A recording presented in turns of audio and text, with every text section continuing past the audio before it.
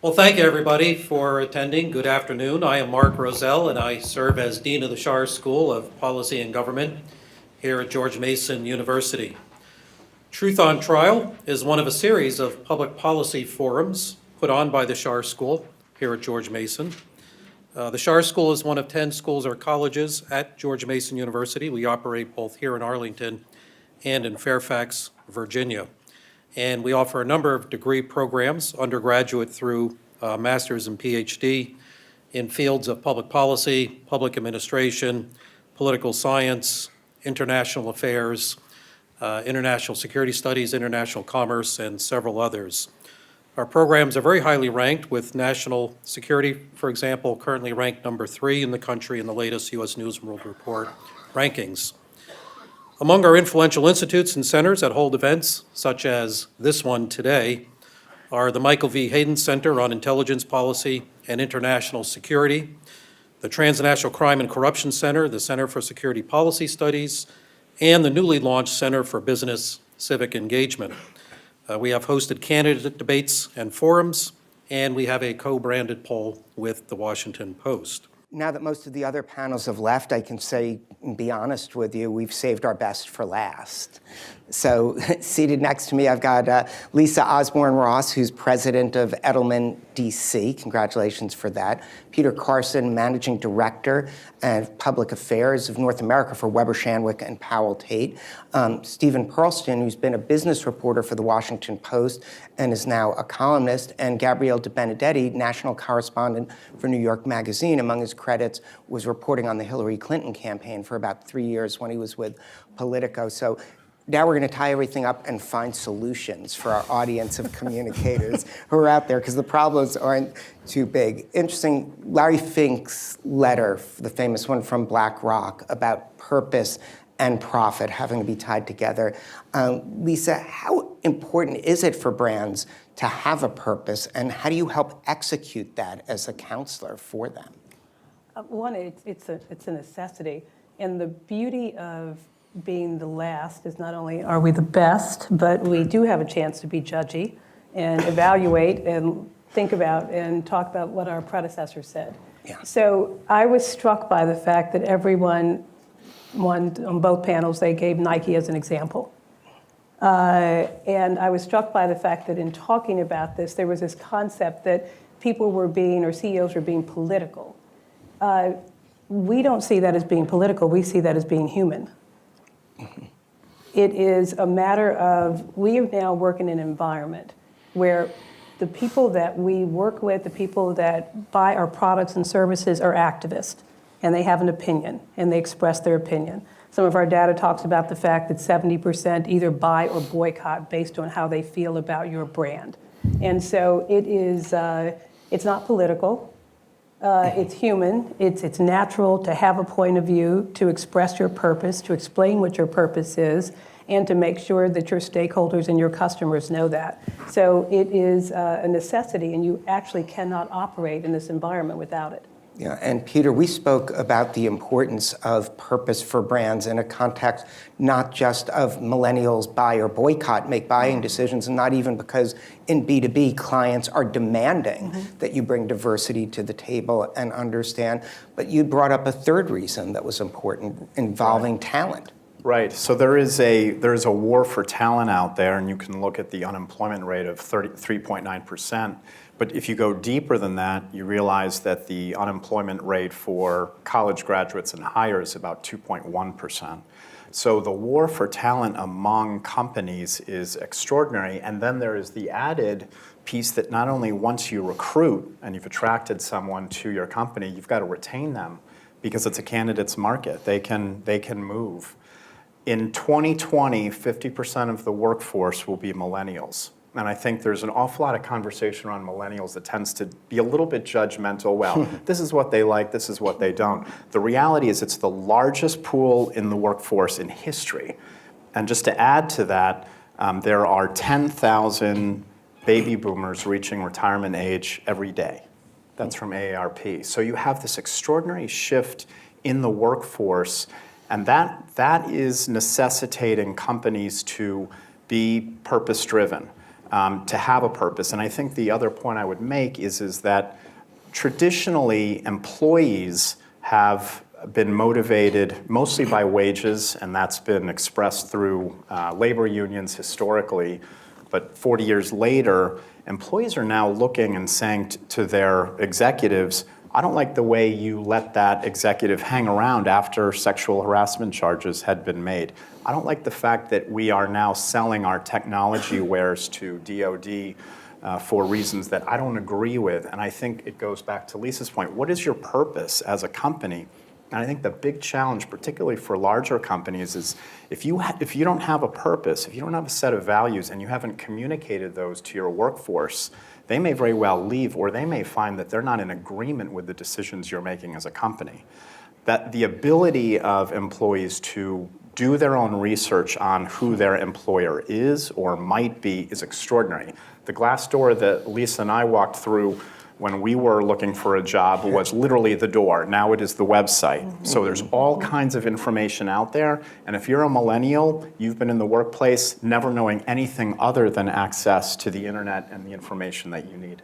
No, that's important. And Stephen, you wrote a really interesting column about the challenges facing journalists to get business leaders and business contacts, even to return calls on the phone when it's about your agenda. Sure, they want you when it's something they're pushing, but it's not quite a two-way street. And how is that impacting trust, especially when a crisis comes up? Well, it's impacting it a lot. There's been a generational sea change in terms of media relations at big companies. And basically, they're not set up to handle anything other than crisis communications with business reporters. They don't put their telephone number on their website. They often don't have anyone to email other than a Dropbox. And if you write to the Dropbox, you may or may not get a response. When you get a response, it's from a 24-year-old who doesn't know anything and who only wants to know what your deadline is and what your questions are. And if you're lucky, you get a response to written questions with an email. But this is a sea change from when I started out 30 years ago in business reporting, where you could call people, they wanted to talk to you, they wanted you to talk to their executives, they weren't afraid of you, they didn't distrust you, and most importantly now, they feel as if they can communicate with the world directly without your intermediation. And that's the very strong sense when you deal with large companies today. Yeah, and Gabriel, you've mentioned in covering the Clinton campaign, access issues. Obviously, you want to get to know the candidate, be able to have, whether it's off the record, but just really understanding. In the good old days, say 5 years ago, people could have a beer with the candidate or with the business person that they covered. Now, there's also a time challenge on both sides of the equation. How do you navigate that, and what's your experience been about getting access to get answers to the questions you want answered? Sure. Well, my experience comes from the realm of political campaign coverage primarily, but of course I've written about companies too within that. I think the question of access is a constant question for reporters in any field whatsoever. But the question now I think is specifically relevant or particularly relevant as we discuss how businesses handle this new environment, because everything does feel political at this point. And the answer is it's much easier to cover an institution, cover a person, when you truly understand their motivations. And so it is important to be able to talk to them as a human being and get to know them a little bit. And to your point, when you're dealing with a business that is trying to step into a more political or purpose-driven realm, it's very important to be able to actually understand the motivations beyond simply profit and to get to know the actual decision makers there. And that's something that we're seeing more and more. Companies and campaigns, obviously, are going out of their way to now more proactively reach out to people who are writing about them or covering them, and of course engaging more political professionals to show them how to do that, specifically because there is this acknowledgement now that they're all one and the same. As long as you're not just talking about an earnings call or something like that, you're going to have to deal with the same group of people talking about them and same group of people writing about them, and so it's become an environment that's very it's very fluid. If I may, I am thrilled that that's what you're seeing, because I think Peter and I have talked about this. That's how we are advising our clients, that they have to have a conversation. They have to be available. They have to be accessible. They have to tell the truth. Yeah. And that 24-year-old that Stephen talked about, that person is highly valuable to me. That Highly person, valuable in what sense? well, I think that they're smart. I think that they are trained. I think that they have a place in the workplace. I think they have a role. And I think, as Peter indicated with the numbers, I think they are our future. Yeah, and Stephen, just as a sidebar, some of my favorite children are 24-year-olds, and the good ones are, My point is, look, are pretty good. But we understand what you're saying. You always want a frontline person. The frontline person doesn't have to be the one that answers the question, but it's the only person you get to deal with. Yeah. You know, I find it sort of strange that a lot of companies have, director of media relations and vice president of media relations, and there's senior vice presidents of whatever they call it above that. And for some reason they're always too busy to pick up the phone and just say to a reporter from a major media, "Hi, what do you want? What's your question? Can I help you? Can I answer your question?" They're all too busy. They rely on the 24-year-old basically to tell you that we're not going to talk to you. Yeah.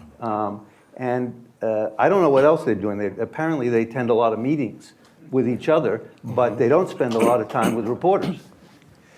Oh, go ahead, Can I just Gabriel. respond very quickly? And when I'm portraying this sort of best case scenario version of what I was just talking about, this kind of outreach usually happens on the proactive side, and when company is trying to make a point or trying to push something. It's very different on the reactive side. If I call a company and say, not even there's a scandal going on internally, but I want to get your take on something that's happening politically, you get a very different reaction. Look, you can't, politically, I can understand why that might be a hot potato.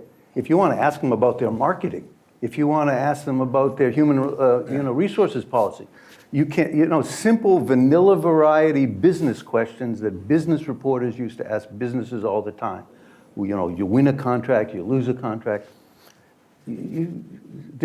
Basically, these media relations operations are now set up to keep you away. And they don't want to deal with you, and they don't trust you. And you are a problem. So given that you're a, quote, problem and perceived that way, and clearly that's been your experience, I think this side of the panel would say, well, those companies are probably not going to do well because that's just bad PR. And when they need you in a crisis, then you're not going to be in a mode to be like, oh, great, what can I do? I want to hear your story. I mean, Right. do you then publish, this happened, I tried to reach out for a response and got nothing? Because most companies I know and nonprofits, et cetera, hate that kind of stuff coming up. And if they see something like that online in a story, that's a conversation from leadership down to the PR team, like, what's going on? What are you doing that you didn't respond? I think it reflects the leadership's general viewpoint about the media. I think, in fact, it's a pretty good reflection of the priority. Somebody in a previous panel mentioned that, some media relations people report to human relations, some report to legal. That's really a bad idea, with all due respect. And then some report to marketing. It didn't used to be that way. They used to be external relations, community and external relations. That was part of media relations, and they had access to the top executives. That's not true anymore. The reason for press relations is to communicate with my employees, to communicate with my customers, but to communicate with my shareholders. But the idea of being part of a system in which we help the world understand how business works, and we trust the mainstream media to help get that message across, not in a particular day for a particular company, but in a general way. We participate in throwing information in the general pool so the world understands why and how businesses work. Businesses do not see that that's their responsibility anymore. Right. Their responsibility is to get their message out when they want it, and that's it. Yeah, now Amazon paid the price for that in New York if you followed that through, because clearly they didn't have a message of what they were doing that was positively received. They had a soft majority there, but no one was super entrenched unless you were one of these 24-year-olds who might be looking for a next job and psyched that I'll just give you an example. was And of course, covered. this is a company that's owned, that is founded by the owner of my newspaper. But Amazon has very proudly had a media relations strategy of no comment. They're actually quite polite about it, but they just say no comment to everything. Okay, so every other CEO in America looks at that and says, well, let's see. His stock went up about 8,000% and he said nothing. So what am I going to do? Maybe I'll do the same thing. And a lot of them have taken a page from Amazon, so there's no need for it. I think Peter's got a comment on that. I wanted to touch on a couple of things that you focused in on in your piece on today. I do think that it's a pendulum swing. You know, the whole idea of having owned media, as we call it in the profession, which is We really love that. Yeah, we can push out our messages as we want it, undeterred. I think there's been a move to, yes, we want to get our message out, much like traditional advertising. You're sitting at home, you're watching a show, you haven't asked for it, but suddenly a company's message is in front of you. That's what advertising is. That's paid advertising. You're interrupting somebody's day to say, here's what Procter & Gamble wants to tell you about their particular product. Then Owned came along, which was, now through the website or other means, through social channels, I can push that message out. What it doesn't provide, to your point, is it doesn't provide third-party validation of that message that you get from great reporting.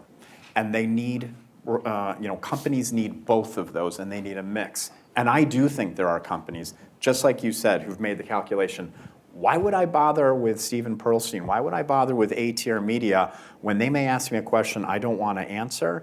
And the tenure of most CEOs has plummeted because the risk calculation that every C-suite is making about what may remove them from their position has changed dramatically. So on one level, I'm sympathetic to the idea that many in the C-suite say, no, tell Stephen I don't have time, tell him I'm busy, I've got a meeting. I think that's a mistake.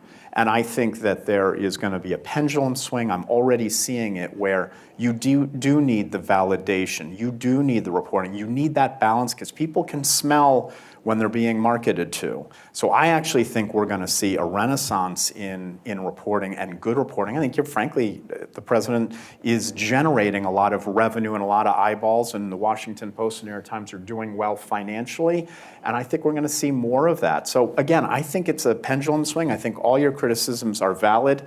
I think just having sat in the C-suite with executives, I have some level of sympathy for why I don't want to put myself out there to take the question that I'm not ready for or to sort of step on the message I don't want to deliver. And it's a fair criticism to say, well, figure it out. No, that's great. And Lisa, I know you have a comment. I do want to point out, we actually did a survey at my company of journalists who call it the Brand Authenticity Survey. And one of the interesting findings was that 83% of journalists said an accessible CEO makes a brand more authentic. We also found more than 80% of journalists prefer, when given a choice, to interview someone from within an organization than a third-party expert, if you will. Yeah. Lisa, you wanted to add a comment to that. I think it's clear. The model of the CEO, this pendulum that you're talking about, is heavily shifted over here. There is a new type of CEO who understands that he or she is required to be external, to have a point of view, to express an opinion, and to talk to the media. And an understanding that the media should be unbiased. It's not always. You are unbiased. No, I'm biased. I'm a columnist. But in your reporting, I think that you are fair. Right. I don't always agree with everything that you say. I often disagree, but I think that you are fair, and I think it is rooted in what you believe, and it is rooted in rigor. And so this new activist CEO that has to be reflective and conducive to the activist consumer recognizes that they have to have a relationship with you. And they are asking us, how do I have a relationship? How do I build that relationship? Because they are terrified. They are terrified, but they are asking. You look at a Dan Schulman, someone who says what he thinks and he acts and believes on what he thinks. He wants to have that relationship. You know, and this is, you asked for ideas. There are some CEOs who are okay with that. There are a lot of CEOs, frankly, now, the ones who aren't quite in their 60s, but are in their 50s and 40s, who aren't particularly good at it and are afraid. And one of the things that used to happen is that people down the line used to talk to reporters, plant managers, directors of marketing, directors of human resources. And someday, one of those people gets to be the CEO. But right now, you can't talk. You sometimes can talk to the CEO, but you can never talk to the people underneath them who, frankly, are doing the work and really know what they're talking about. And they don't get any training for it. So you suddenly become CEO, and unless you've been the chief financial officer and had to do earnings calls, which is a very stylized form of interviewing, unless you've done that, they have no experience. And so they're really not training their bench in getting comfortable talking with the press. Yeah, and Gabriel, do you have thoughts on brands reaching out to you? Obviously, it would have to be about the issues that are being discussed to have a chance, given your role as national correspondent for New York Magazine. Yeah, I mean, it happens all the time. And as a general rule, I think because of all of these dynamics that we're speaking about, when a brand is reaching out proactively, there's a great deal of skepticism, particularly because there has been for so many years this posture that if a reporter is going to be talking with a company in one way or another, it's going to be digging in some way or asking about something that's gone horribly wrong. So, you know, when someone calls me and says, I have a great new idea for you and I work for X corporation, or, you know, I represent X corporation. Is that the best way to start a pitch? Certainly not. Certainly not. But, you know, this actually, I think to this greater point, does speak to something that you see on campaigns, actually, and I think that there's a very clear parallel here. And to the point that Stephen was just making, on campaigns, I remember vividly, we talked about earlier, I did cover the Clinton campaign. In the whole campaign, which was by the end, thousands of people were working on that campaign. It was essentially a startup, a large startup by the end. You know, there were only 2 or 3 by the very end, but maybe a dozen at the max, people who were authorized to speak on the record with reporters at all. And that speaks to the idea that it's very important to, I believe at least, and I think many people in my profession believe, to offer some degree of transparency and at least allow other people up and down the line to talk, because it allows people to understand what the company is actually doing and, you know, what it actually looks like on the ground. And not everything in a corporation is decided at the C-suite. It was, you know, a decision that the CEO is making alone. So the idea broadly that there needs to be, you know, greater access up and down the line is sort of obvious from my perspective. And so when someone sort of reaches out to us and says, you know, here's an incredible opportunity to write about this thing, can I send you a press release? There's reason for skepticism. Understandable. So how do you get around that skepticism? And then I also want to get a point of challenges getting out in national media. That's so difficult. But first, what's some of the tactics to get around the skepticism, especially with the mistrust that's out there? And I think also a factor that you've alluded to is that people in the media don't have the time. I mean, I feel this in the PR trades at all. I used to be able to call someone and say, hey, I'm not pitching you a story. You want to come by my studio and I'll share what some of the things that are going on. I don't want you to write anything about it. I know you're not going to, but I think you should just know about this stuff for future. I should have mentioned that this whole development, this breakdown in the communication and the trust is at least half our fault. And that's because for the last 15 years, newspapers haven't been able to afford having beat business reporters. And business reporting has essentially disappeared from many newspapers.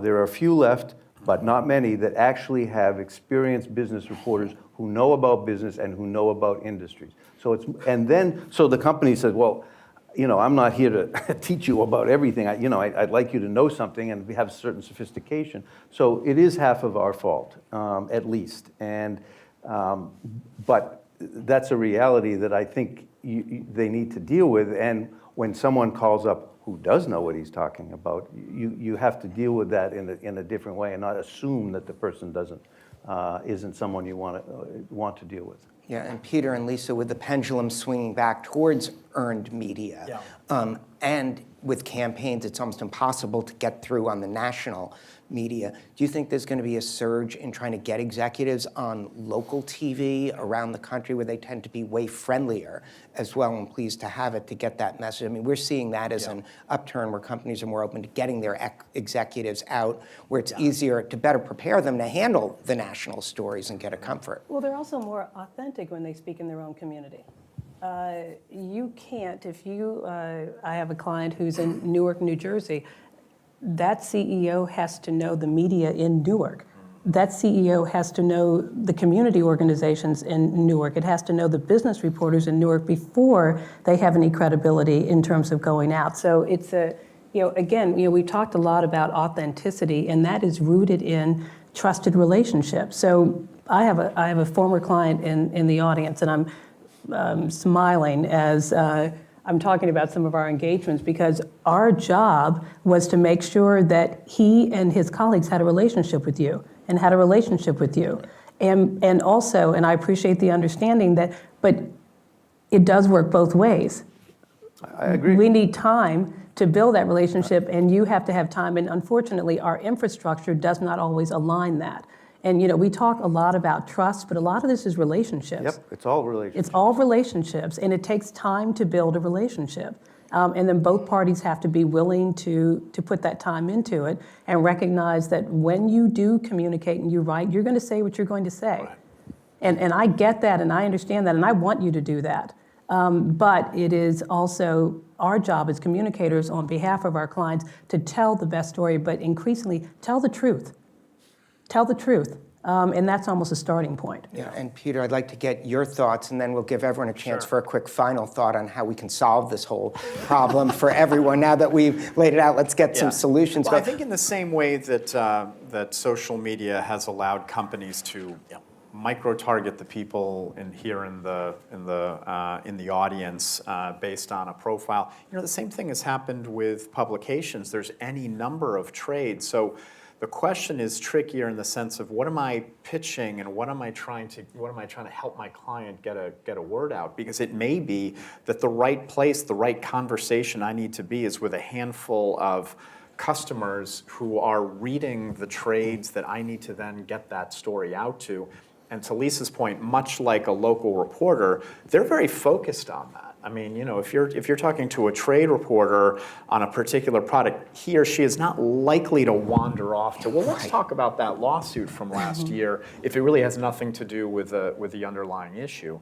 I think with the national reporters, I think you have to do your homework. And to Stephen's point, I do think companies have to build those relationships, and I'm very optimistic about the fact that companies are understanding the importance of the credibility that comes with national exposure. But why? Why am I talking to the New York Times? Why am I talking to the Washington Post? Why am I talking to the Wall Street Journal? And sometimes the answer is for this particular need, there's not. There's not an answer. I think to what you wrote the column on, if you're poking around and interested, I think that's a mistake that they didn't take the time to engage with you and talk about that. But I think that then goes back to the resource allocation. I've got to get this product out. I've got to help my client move things. Those are the group of reporters I'm going to talk to. Fantastic. Lisa, final thought, and then we'll hear from Steve and Gabriel. I have 8 people I'm going to introduce Stephen to between now and the end of the year. Would you let me tell you a story? This may take. Sure, we've got time for a short one. Okay.